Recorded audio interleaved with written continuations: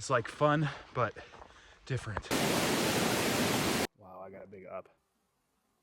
Probably the sketchiest thing I've done. This is gonna be 10 things I wish I knew before the Wonderland Trail. Learn from my mistakes so you don't have to make them yourself. And I think the last tip's gonna surprise you. To be clear, some of these aren't actually mistakes. Some of these were things I did really well, but I still want you to know them. So let's get into it. The first 2 tips have to do with getting permits. A lot of people believe on the Wonderland Trail that the only way to hike that is to get a permit well in advance with the dates that you have no idea what the weather's gonna look like, and it could just be absolute trash. But what I would recommend is getting a walk-up permit. The Park Service reserves 1/3 of these permits for walk-up. And what that means for you is that there's quite a bit of permits available as long as you get there at the right time to get them and you choose the right campsites. So if you're getting a walk-up permit, come midweek, and instead of going in early, go later in the evening. What I did personally was I came in on a Tuesday from Wyoming, and I got in at about 3 p.m. and I just said, screw it, I'm gonna go talk to the ranger and see if I can get a permit. And lo and behold, nobody was there. I didn't have to wait in line with people trying to get in because that's what they typically do in the mornings. And I was able to get right into the ranger. I came in with itineraries, which is also a really good tip. Come in with multiple itinerary variations, and my second itinerary worked. And I was able to start the trail the very next day. I think there's really a lot of power coming in the evening. Number 2 is with the itineraries, think about the day that you're ending, or think about some of those later days in the itinerary. And what I mean by this is, yes, even though I was starting midweek, I got a lot of those campsites that I was thinking about getting.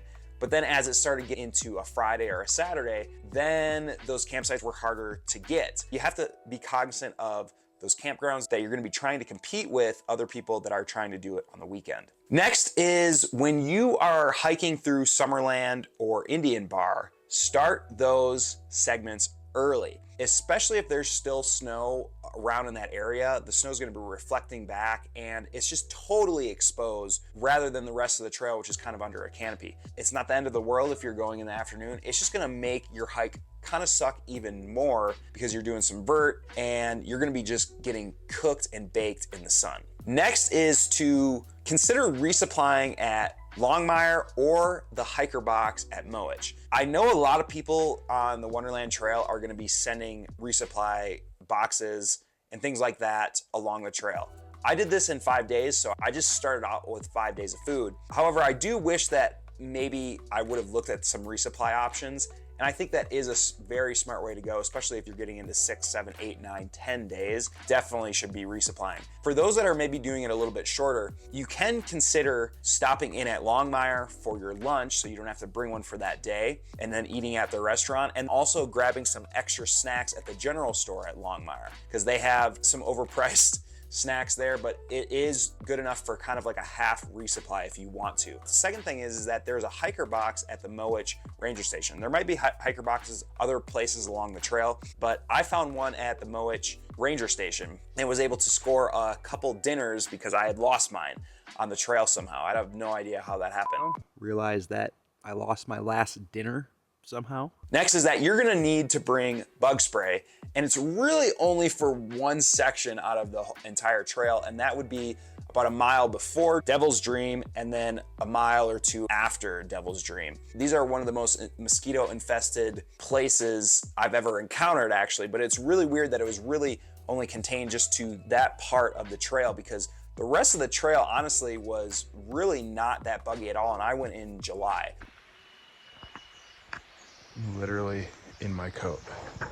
So many mosquitoes. You're definitely gonna need bug spray, and it's worth carrying it for that section. If you wanna carry a smaller amount of it, that would probably be smart, but you're definitely gonna need it for those sections there. Next is you're gonna go a lot slower on this trail than you think. And this is due to a couple of things. Number one is that there is a ton of vert on this trail. I thought I had seen something on all trails. I think it was 22,000 feet of vert on this entire trail. But when I got done with it, I got 28,000 feet of vertical in about 90 miles. I'm gonna do a little calculation here. If we do 28,000 divided by 90, that's 311 feet of vertical a mile, which is crazy. When I did this calculation for the 90,000 feet of vertical on the 500-mile Colorado Trail, it was almost double that a mile, essentially. And not only are you doing a lot of vertical, but the trail isn't graded that well. And what I mean by that is there's a lot of 22% grades where you're just going straight downhill. So you think you're gonna be making up some time going downhill,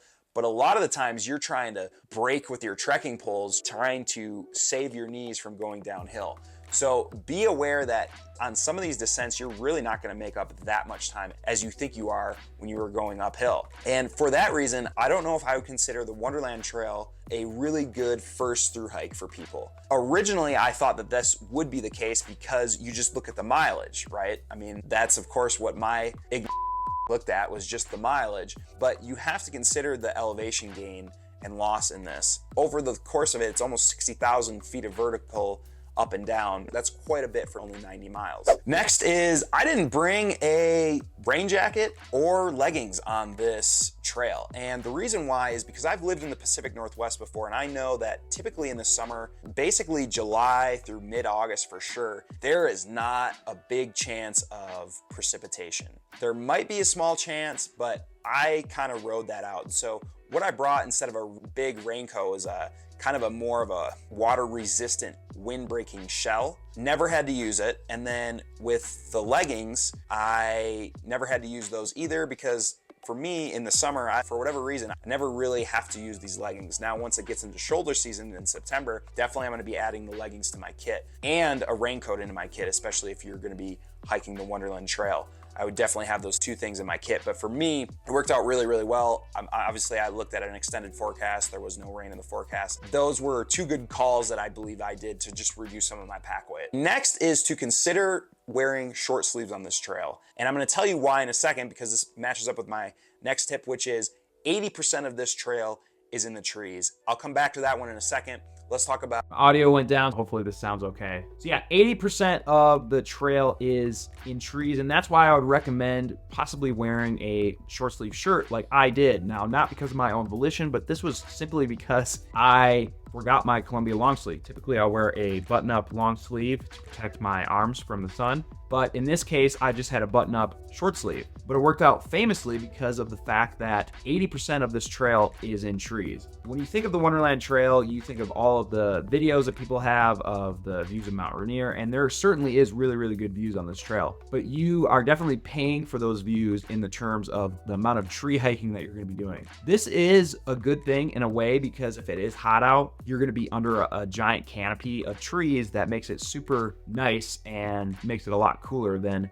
being exposed to the sun. In that case, I really did like hiking in the trees, but for me, there was almost too much tree hiking and not enough view seeing. Keep that expectation in mind that when you are seeing Rainier, cherish those moments because you're probably going to be diving back into the trees.